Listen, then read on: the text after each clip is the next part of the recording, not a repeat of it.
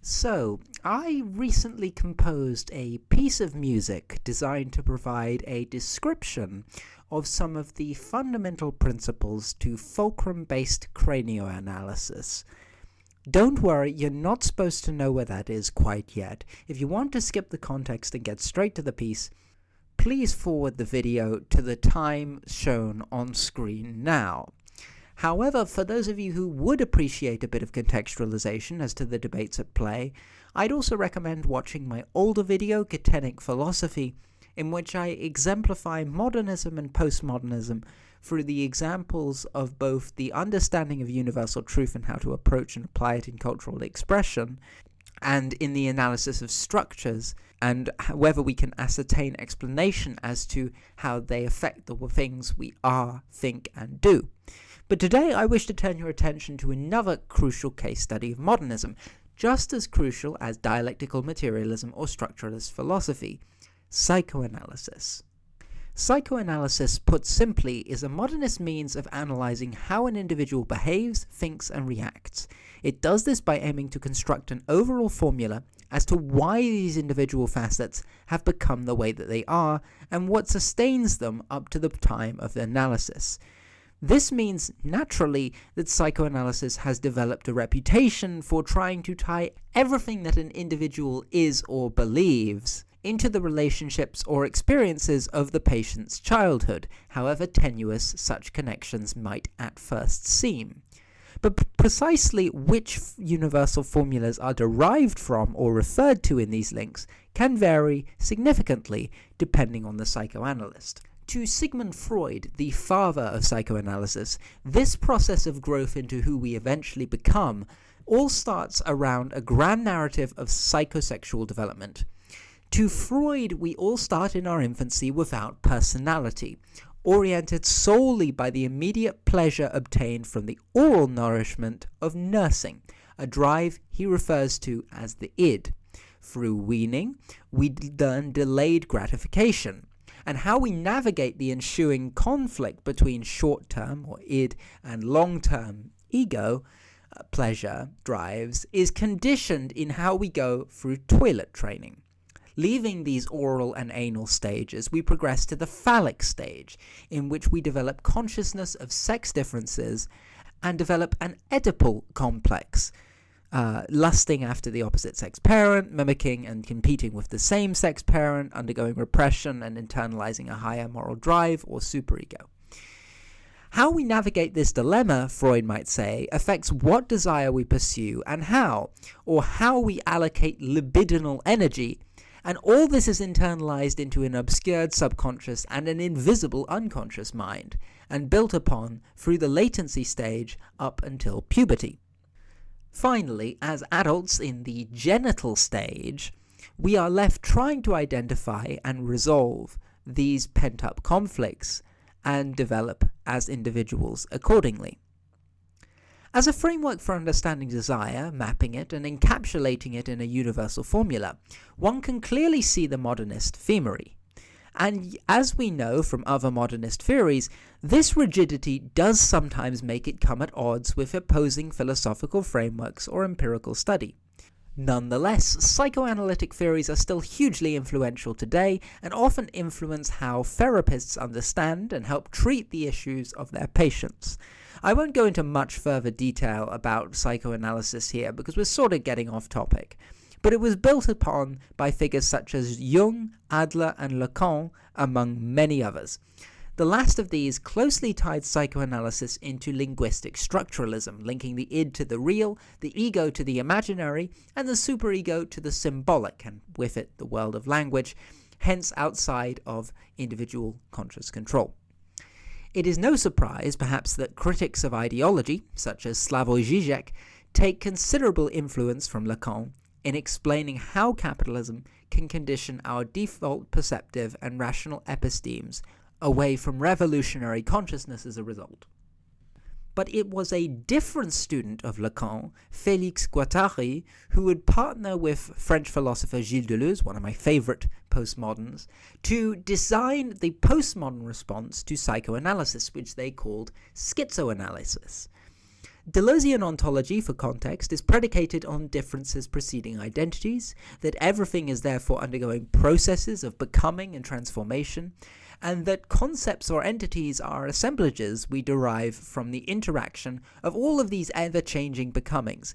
It's all quite complex and perhaps a subject for another day. With this in mind, however, Deleuze and Guattari saw Freudo-Lacanian psychoanalysis as inherently reductive and reliant on formulas and entities that are ever-changing assemblages.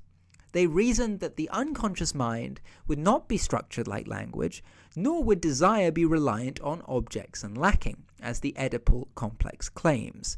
Instead of being psychotic, the unconscious to Deleuze and Guattari is schizophrenic, a web of links, assemblages, and connections that transcend the imposed circles and structures society would normally sort them into. These all non-hierarchically mutually interact with each other, causing rhythms, patterns, and consequently further assemblages. This strange web, or rhizome, is continuously undergoing nomadic processes of becoming, being assigned or doing away with new and old meanings attached to any potential assemblages of interwoven desires as territory. Desire is not summoned or constructed by an Oedipal complex, but the continuous becoming flowing through this complex schizophrenic web, emitting desire almost as a machine. With this analysis in mind, analyzing the unconscious to Deleuze and Guattari requires a sort of schizophrenic thinking in itself. Schizoanalysis represents a more liberated, fluid way of thinking and analyzing, unrestricted by the conventional groupings and hierarchies of conventional channels of thought, or organs. Allowing these channels to exist, yet also allowing one to opt in and out of them unrestrictedly for thought process, expression, and desire, is referred to in the Deleuze-Guattarian concept of the body without organs, and is a condition within which the processes of deterritorialization and reterritorialization are central. Territorialisation, the process in which the rhythms of interaction between different milieus are assigned meaning or protocol, is able to be undone and redone as fluidly as possible within this BWO structure, allowing for this more creative and potentially revolutionary way of becoming. Capitalism is to be seen in itself as a stimulant for de- and reterritorialization, but cannot escape its territorialization to the profit motive. Therefore, schizophrenia to Deleuze and Guattari can also be used as a political tool if we outpace capitalism in these processes before it can recode and appropriate our creations and resubject us to profiteering channels. The first volume of Deleuze and Guattari's collaborative work, Capitalism and Schizophrenia, aptly titled Anti-Oedipus, outlines the style of thinking and expression for it to be put to application in the second, 1,000 Plateaus. Part of the latter's beauty is that not only are its points distinctly postmodern, but its entire assembly is a text, fluid, interpretable, and without regimentation to impose structure. It is a schizoanalysis not only of humanity, but of many other facets of our world. This framework of territorialization, deterritorialization, and reterritorialization has also been taken as a means of analyzing not only of individual epistemological and ontological protocol, but also of collective protocol and with it cultural ritual. Most prolifically, the British accelerationist philosopher Nick Land has used and praised schizoanalytic frameworks in denoting deterritorialization as part of capitalist feedback loops, resolving that speeding up capitalism can be used as a means of increasing deterritorialization in the advancement towards the body without organs, premised on the notion of the market as an advanced AI for efficiently recalibrating society. This perspective, styled as right accelerationism or RAC, has inspired a whole range of new political philosophies. Unconditional acceleration, or UAC, advocates refrain from human political participation so as to let feedback loops take us wherever they will. Zero accelerationism, or ZAC, posits that acceleration, however, is redundant, as the feedback loops will be counterbalanced by waste buildup. Neo-reactionism and neo-cameralism full out endorse a fascistic society to regiment society towards acceleration of capital. There are also left accelerationisms, however, which refer to the Marxist framework of accelerating thesis dialectically accelerating antithesis, so as to speed us towards a response of revolutionary resolution. LAC. Gender accelerationism, or GAC, posits similar, but with a patriarchy-matriarchy dialectic and an often imaginably post-genderist synthesis. Mark Fisher's acid communism, which posits the use of the psychedelic to escape the pitfalls of ideology and capitalist realism, is also closely associated with this accelerationist tradition. All of these various definitive political models, even incorporating modernist political philosophies, therefore exhibit varying degrees of oscillation and could arguably be considered quite meta-modern in character. The meta-modern response to the psycho and schizo would evidently show oscillation between the rhizomatic and arborescent, tree-shaped, hierarchical, and structurally compartmentalized ways of thinking, although metamodernity is arguably yet to gain its own more precise equivalent to psychoanalysis or schizoanalysis. However, from what we know of both schizoanalysis and metamodernism, there is a lot that the craniomodern would take issue with regarding means of thinking and analyzing. Territorialization and fluidly rhizomatic thinking must be understood as subject to the obstacles of internalization on a level to which the postmodern seems to not consider, much like in the perceived assignings of meaning as we discussed in Kitenic philosophy. We need a framework of analysis that can be used to show the effect of territory in obscuring the process, as opposed to merely seeing the continuous becoming of territory as multidirectional, and which shows how de facto objective complexes can form, be it in individual epistemology and ontology, or in cultural ritual. I would like to present to you the framework proposed for this aforementioned cranioanalysis, demonstrated visually, musically, and in text. The piece is titled Organ Growth, in tribute to Deleuze and Guattari, and is performed in this recording by the New Art Music Ensemble at Durham University. Please enjoy.